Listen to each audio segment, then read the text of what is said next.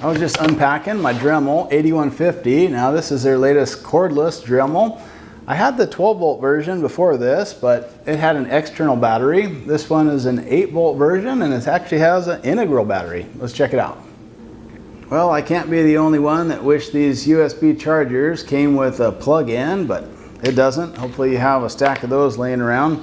The first thing I noticed about this 8150, it's cordless obviously, but this isn't my first cordless Dremel, so that was nice, but it didn't blow me away. But I was glad to see that they've added an LED light on this one, so it shines right where you need it, plenty bright. So let's listen to it at full RPM.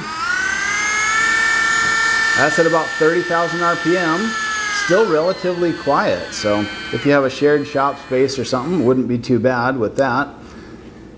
I like the fact that it maintains this quick changing system like my last cordless Dremel had. Just loosen up the collar on that and you can quickly change attachments. So that's a nice feature that I'm glad they stuck with. So while there is a wrench that comes with this, you don't ever need to use it. It's optional. Just tighten that collet up by hand and then unthread this collar. Put it up over the collet and just snug that. It's got a rubber grip on that. Makes it really easy to get a good firm grip and you're ready to work.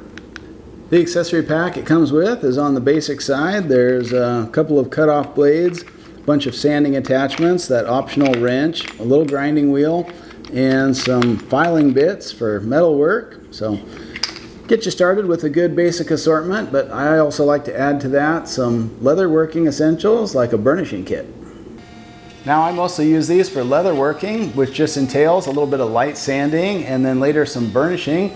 And so I think a little small 8 volt version like this is perfect, and having the battery built in makes it that much more compact.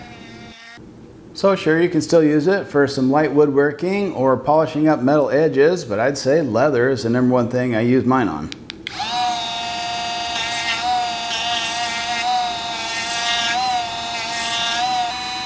And that variable speed is really nice. When I'm getting close to the finish line here, I can just turn it down for some lighter sanding.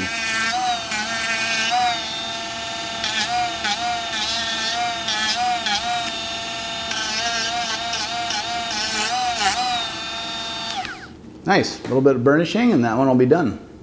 Well, if you're into doing a lot of work with a Dremel tool and you like the idea of having a cordless version, this 8150 is a good option. You get the quick change on the bits and attachments, plus this one adds the LED light, so not too bad.